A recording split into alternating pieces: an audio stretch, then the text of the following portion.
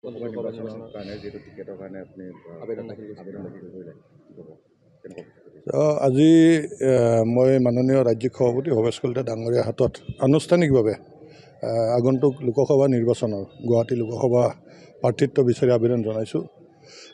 আশা কৰোঁ যে দলে নিশ্চিতভাৱে মোৰ প্ৰাৰ্থিত্ব আবেদনৰ ওপৰত বিচাৰ বিবেচনা কৰিব আৰু এনেকুৱা এটা যি নিৰ্বাচনত অংশগ্ৰহণ কৰি ৰাইজৰ প্ৰতিনিধি হিচাপে ৰাইজৰ সেৱা কৰাৰ এটা সুযোগ দিব বুলি মই অলপ ভাবিছোঁ। চাওঁ দলৰ নেতৃত্বৰ ওপৰত বিচাৰ, তেওঁলোকে যি বিচাৰ কৰিব।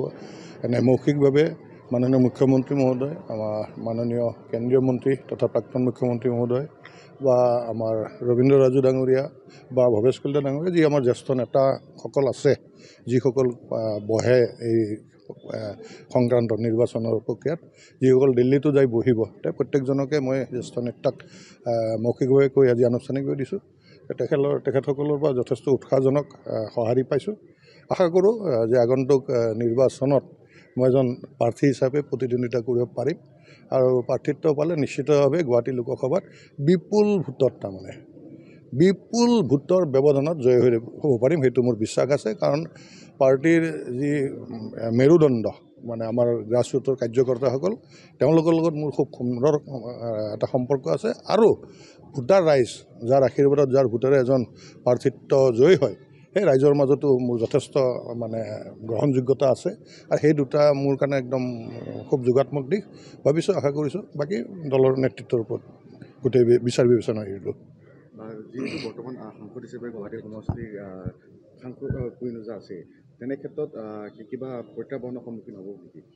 নাই, চাওক, আমাৰ দলীয় যিটো প্ৰাৰ্থিত্বৰ ক্ষেত্ৰত কুইনোজা ডাঙৰণীয়েও প্ৰাৰ্থিত্ব বিচাৰিব, ময়ো বিচাৰিম। আমি দলৰ কাৰ্যকৰ্তা হিচাপে প্ৰাৰ্থিত্ব বিচৰাটোতো আমাৰ অধিকাৰত পৰে আৰু সেই অধিকাৰটোৰ ওপৰত বিবেচনা কৰাৰ অধিকাৰ আকৌ দলীয় নেতৃত্ব থাকে, যে কুইনোজা বাইদেউকে দ্বিতীয়বাৰৰ কাৰণে প্ৰক্ষেপ কৰে নে জয়ন্ত দাস বা আন কোনোবাক। তো সেই ক্ষেত্ৰত দলৰ নেতৃত্বই বিচাৰ বিবেচনা কৰিব।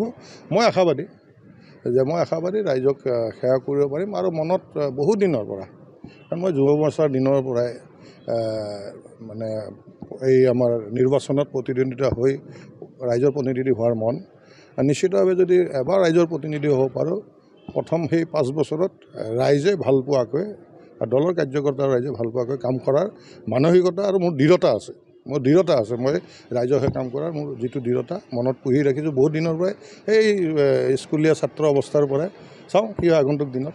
বিভিন্ন সময়ত দেখিব পোৱা যায় বিভিন্ন দলবিলাকত যে প্ৰাৰ্থীৰ কাৰণে আচলতে তেওঁলোকে প্ৰপত্ৰ দাখিল কৰে, কিন্তু প্ৰাৰ্থী নোপোৱাৰ পিছতে কিছু খামখেয়ালি সৃষ্টি হয়। এই ক্ষেত্ৰত কেনেকুৱা ধৰণৰ বিজেপিৰ ক্ষেত্ৰত? মোৰ ক্ষেত্ৰত আপোনাক কওঁ যে আমি পাৰ্টি উইথ দ্য ডিফাৰেঞ্চ বুলি যি বিজেপি দলটোৰ সেই মূল ধৰ্মক আগুৱাই লৈ যোৱা আমি এজন কাৰ্যকৰ্তা গ্ৰাছৰুটৰ। আজি 3টা দশক এই দলত সেৱা আগবঢ়াই আহিছোঁ, যুৱ মৰ্চাৰ বিভিন্ন পদত থাকি, দলৰ বিভিন্ন পদত থাকি, আৰু সেইকাৰণে আমাৰ এটা ডিচিপ্লিন চলজাৰ যিখিনি কয়, তাৰ মাজত ময়ো এজন হয় পাৰ্টি দলৰ। আৰু এই ডিচিপ্লিন চলজাৰ হিচাপে দলে যি সিদ্ধান্ত দিব নিশ্চিতভাৱে দলৰ সিদ্ধান্ত মানি ল'ম। দলৰ প্ৰাৰ্থীগৰাকী যাক হ'ব, আমাৰ লক্ষ্য হ'ল প্ৰধানমন্ত্ৰী নৰেন্দ্ৰ মোদী। আমাৰ নৰেন্দ্ৰ মোদী ডাঙৰীয়াক তৃতীয়বাৰৰ কাৰণে ভাৰতবৰ্ষৰ নিৰ্মাণৰ কাৰণে, অসমৰ স্বাৰ্থ পূৰণৰ কাৰণে, ৰাইজৰ স্বাৰ্থ পূৰণৰ কাৰণে তৃতীয়বাৰৰ কাৰণে আমাক নৰেন্দ্ৰ মোদী ডাঙৰীয়াক প্ৰধানমন্ত্ৰী হিচাপে লাগে। আৰু সেই স্বাৰ্থত দলে যি সিদ্ধান্ত ল'ব, মোৰ পাতি ল'ম এজন ডিচিপ্লিন চলজাৰ হিচাপে।